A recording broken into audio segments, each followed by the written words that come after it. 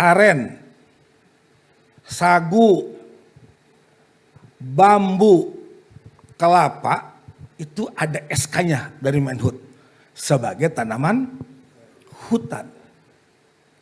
Tapi sawit dari mulai FAO, PBB, UNESCO tidak mau ngaku sebagai tanaman hutan. Bayangin, difitnah sebagai pembawa penyakit jantung, minyak sawit. Saya 14 tahun hidup di Prancis, baik sebagai diplomat maupun sebagai mahasiswa S3. Di sana sampai tertulis, kue ini tidak pakai minyak sawit, bayangin. Saking diskriminatifnya. Na'udzubillahi min dzalik. Padahal kalau ditelusuri, dianalisis, minyak sawit juga yang dipakai.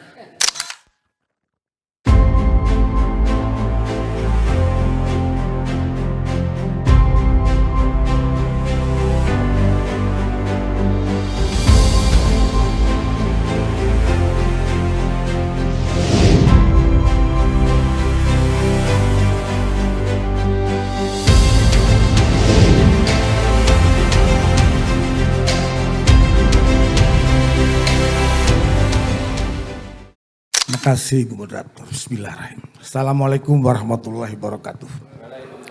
Selamat pagi menjelang siang. Salam sehat dan salam sejahtera bagi kita semua.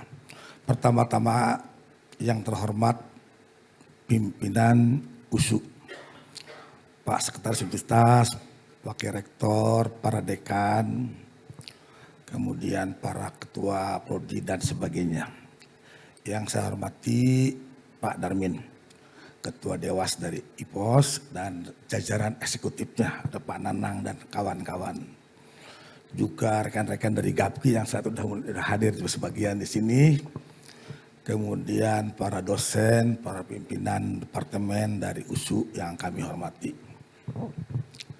Terima kasih banyak kepada panitia yang udah berkenan mengajak saya sebagai salah satu narasumber untuk diskusi ini. Berbicara mengenai sawit. Saya tadi terpana dengan sebutan dan pembukaan dari Pak Darmin. Kalau kita lihat kosakata anugerah, itu kan pemberian. Tapi kenapa di bawahnya ada judul yang harus diperjuangkan? Jadi itu dua kata yang dalam bahasa Indonesia itu adalah kontradiktif. Ya. Tapi betul sekali itu. Pemilihan judul yang luar biasa tepatnya. Mengapa? Nggak usah jauh-jauh ke data.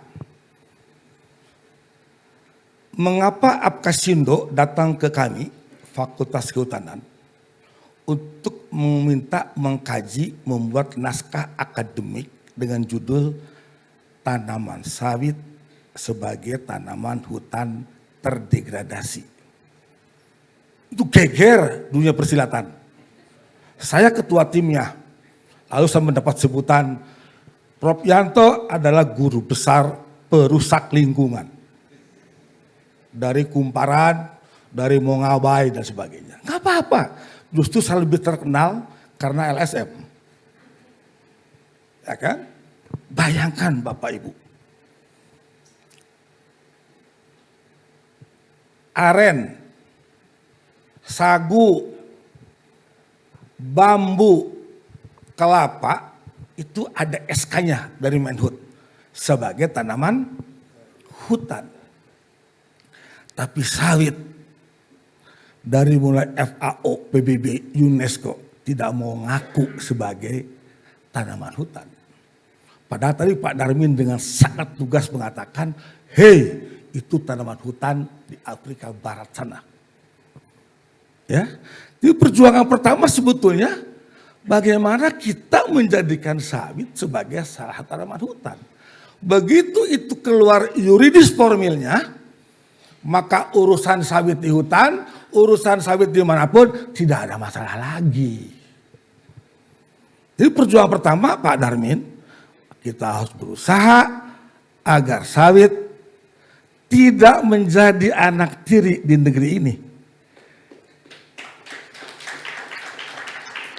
Sawit adalah anak yang telah berbakti banyak, tapi sampai hari ini masih menjadi anak tiri, termasuk oleh Kementerian Kehutanan sampai hari ini. Tidak pernah mau ngaku sebagai anaknya. Saya orang kehutanan juga. Itu yang pertama Pak Darmin. Jadi kalau kehutanan mengakui tanaman sawit sebagai hutan, selesai ribut-ribut di hutan, ribut-ribut jangka benah teman-teman UGM menyampaikan. Selesai Bapak, ya kan? Itu poin pertama. Lalu mengapa diperjuangkan? Betul sekali Pak Darmin. Tudingan negatif bertubi-tubi. Tidak hanya lingkungan. Bayangin, difitnah sebagai pembawa penyakit jantung, minyak sawit. Saya 14 tahun hidup di Prancis, baik sebagai diplomat maupun sebagai mahasiswa S3. Di sana sampai tertulis, kue ini tidak pakai minyak sawit, bayangin. Saking diskriminatifnya. Na'udzubillahi min dzalik. Padahal kalau ditelusuri, dianalisis, minyak sawit juga yang dipakai. Ya, baik. Saya akan mengkaji tambahan sedikit untuk buku ini dari aspek lingkungan saja dulu. Lanjut. Boleh di sana ya, saya berdiri lebih leluasa bicaranya. Mohon izin. Karena saya dengan Pak Darmin sama, saya juga guru sampai hari ini. Baik, ada 3 isu utama yang sampai hari ini masih bergulir, ibarat bola salju. Yang pertama adalah semua lahan kebun sawit di Indonesia berasal dari deforestasi hutan tropika Indonesia. Wow, saya orang kehutanan. Yang kedua, kebun sawit mengakibatkan penurunan ke hati. Dan yang ketiga, lebih parah lagi, tanaman sawit sangat boros air sehingga di mana-mana menjadi kering kerontang. Itu tuduhannya. Apakah itu betul? Nah, kami teliti. Jadi nggak bicara kami melawan dengan kalimat. Kami teliti, alhamdulillah sejak tahun 2015, kami penelitian di 7 provinsi. Jadi ada problem di definisi. Kalau internasional mengatakan bahwa deforestasi itu adalah hilangnya tutupan hutan, baik permanen ataupun sementara. Jadi kalau ada rakyat punya tegakan sengon, mahoni atau jati, ditebang, itu deforestasi. Sementara hukum Indonesia adalah alih fungsi. Jika ada hutan, kawasan hutan lebih tepatnya, dirubah menjadi transmigrasi, dirubah menjadi perkebunan, izin resmi, maka namanya deforestasi legal. Kalau perambahan hutan, tadinya berhutan lebat, dirubah jadi sawit, namanya deforestasi ilegal. Nah, itu penting sekali. Ya, lanjut. Nah, sedikit data. Kita lihat bagaimana hubungan antara laju deforestasi hutan dengan perluasan kebun sawit. Tadi Pak Darmin menyitir, luar biasa beliau, orang ekonomi yang tahu data. Beliau bilang, kita baru bangkit sawit, lihat di sini. Ya, kalau kita melihat bagaimana kebun sawit sampai dengan tahun 2000-an, kita baru punya 3 jutaan. Sementara deforestasi tahun-tahun 2000-an sudah 16 juta. Ya, bedakan degradasi hutan dengan deforestasi. Kalau hutan ditebang dengan tebang pilih, dipilih pohon-pohon yang kayunya bagus saja dan diameter besar, itu saya tahu persis. 1 hektar paling 7-8 batang. Maka bukan deforestasi, namanya degradasi. Jadi HPH tahun 67 sampai dengan hari ini, dengan sistem TPTI, hutan alam, maka bukan deforestasi. Karena fungsinya tidak berubah, tetap kawasan hutan. Hanya tajuk-tajuk paling tinggi dengan pohon paling besar, ditebang, diambil. Nah, saya pernah jadi penasihat Pak SBY ketika diminta oleh Norway, Presiden bikin moratorium hutan. Saya bilang jangan mau, sebab hutan yang ditebang dengan baik itu adalah hutan yang paling tinggi serapan karbonnya. Jadi salah besar kalau hutan kita biarkan sampai klimaks, maka serapan karbon dari atmosfer akan melambat. Ya, jadi banyak dibalikan sebetulnya oleh asing kita itu. Ya, nah dari sini kesimpulan yang paling mudah adalah bahwa kebun sawit kita laju pertambahan atau perluasannya tidak linier dengan laju deforestasi hutan kita. Saya tidak bilang bahwa semuanya bukan dari hasil. Mungkin betul, ya kan? Mungkin betul ada yang berasal dari hutan. Kan zaman Nabi Adam semua hutan kita ini. Pulau Jawa itu adalah habitat badak Jawa, Pulau Jawa itu. Tapi sekarang kan ada dari makam, jadi kota, jadi kotip, jadi ibu kota. Begitulah transformasinya. Itu data ini menunjukkan. Sampai dengan tahun 2017 ada 76 juta hektar hutan yang terdeforestasi. Lalu sawit kita luasnya saat itu sekitar 12 juta. Bayangkan hanya 1/5 gitu ya. Data statistik nih. Lanjut.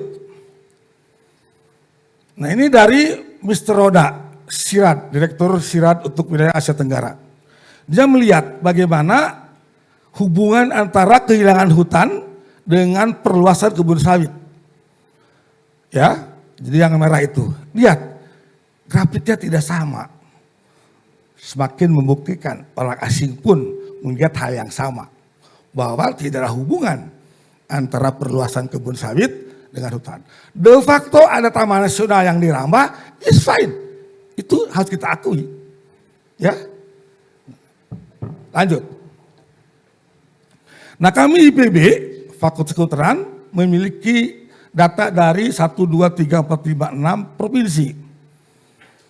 Nah kita ingin lihat bagaimana status dari lahan kebun sawit sebelum dirubah menjadi kebun sawit.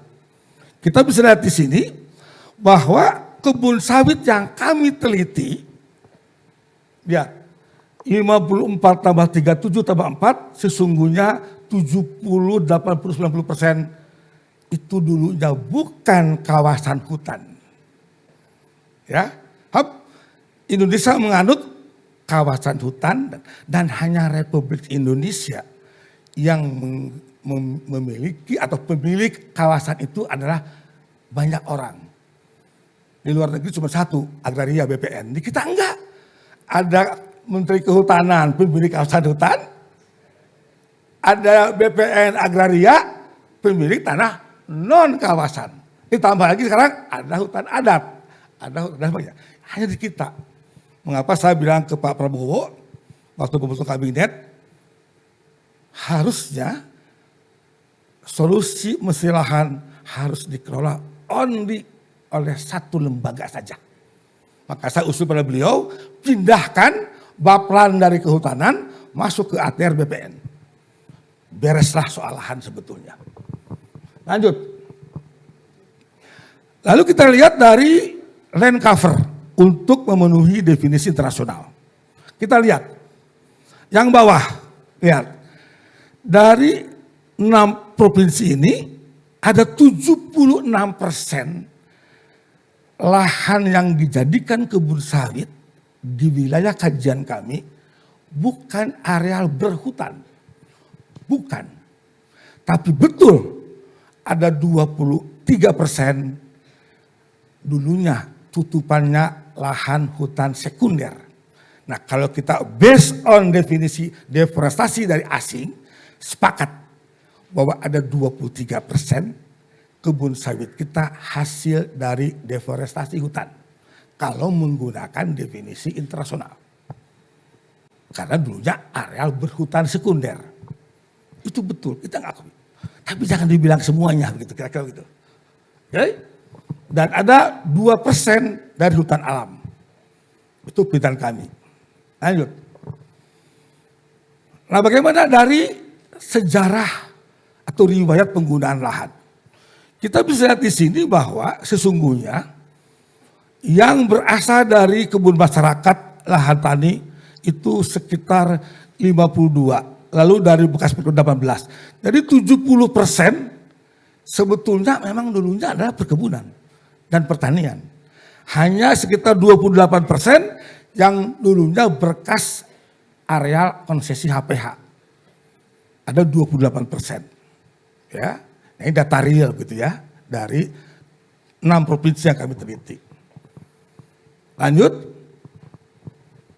Nah, kami mencoba mengambil data pembanding dari Gunarso yang melakukan penelitian sejak tahun 90-2010. Beliau juga mengatakan bahwa periode 2000 sampai 2005 kebun sawit banyak menggunakan dari tanah pertanian. Ya, dan 2005-2010 juga tetap masih dari pertanian, lahan pertanian. Jadi semua koheren, relevan sebetulnya. Ini yang saya sampaikan di Norwegia, di Paris, di Jerman, di Belanda, di Inggris, dan semua LSM yang hadir saat itu baru melihat data ini. Ini faktanya. Jadi kami akui bahwa per definisi internasional ada 26% yang berhutan. Tapi secara status bukan kawasan hutan. Ini penting sekali. Buat Indonesia ya penting. Baik, lanjut. Nah, Bapak Ibu juga perlu tahu bahwa kebijakan transmigrasi sampai 40 telah menggunakan lahan sekitar 3 juta hektar. Merombak hutan. Kemudian juga HTI, HPH 8,5 juta hektar. Kemudian juga untuk bikin kebun sawit mulai tahun 80-an, 90-an. Dan HTI juga harus kita sadari ada peristiwa bencana yang selalu berulang tahun, yaitu kebakaran hutan dan lahan. Yang juga luar biasa merubah hutan menjadi areal tidak berhutan. Lanjut. Kemudian dari kebijakan pemerintah, nah ini harus kita memiliki kedaulatan. Kita tiap 5 tahun merubah undang-undang RUTR. Karena kita tambah penduduk. Kebijakan baru. Makanya saya sebutkan di kita itu ada istilah deforestasi legal yang dibuka oleh pemerintah, diizinkan, dan deforestasi ilegal yang dirambah tanpa memenuhi aturan perizinan. Lanjut.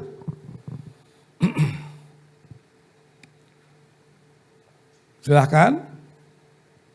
Baik. Lalu bagaimana kalau kita lihat tutupan hutan kita? Kalau kita lihat, kita hanya kalah mungkin oleh Jepang, Kamboja ya. Jadi kita masih punya tutupan lahan berhutan sekitar 53% dari daratan. Di Undang-Undang Kehutanan yang lama, kewajiban harus ada minimum 30% di setiap provinsi areal bertutupan hutan. Jadi kita masih lebih tinggi dari undang-undang. Lanjut. Lalu benarkah menurunkan ke hati? Lanjut. Nah ini penelitian kami di berbagai perkebunan. Jadi untuk beberapa lokasi terjadi peningkatan untuk mamalia. Tapi di Riau khususnya untuk KPR SN AMA tidak ada perubahan dan terjadi penurunan 2 spesies untuk mamalia. Lanjut. Untuk herpetofauna, amfibi dan reptil umumnya meningkat. Karena dulunya kan semak belukar, alang-alang. Berubah jadi sawit, ada drainase dan sebagainya, maka meningkat dan hanya terjadi di Riau untuk semak belukar asalnya. Terjadi penurunan 7 spesies. Lanjut. Untuk tumbuhan dan satwa liar, lihat. Kita objektif saja mengatakan bahwa umumnya terjadi kenaikan yang banyak, tapi juga ada yang turun memang. Tergantung asal tutupan lahan sebelumnya. Lanjut. terakhir, karena waktu dibatasi. Bagaimanakah betul bahwa sawit boros air? Kita lihat penelitiannya secara eksperimen.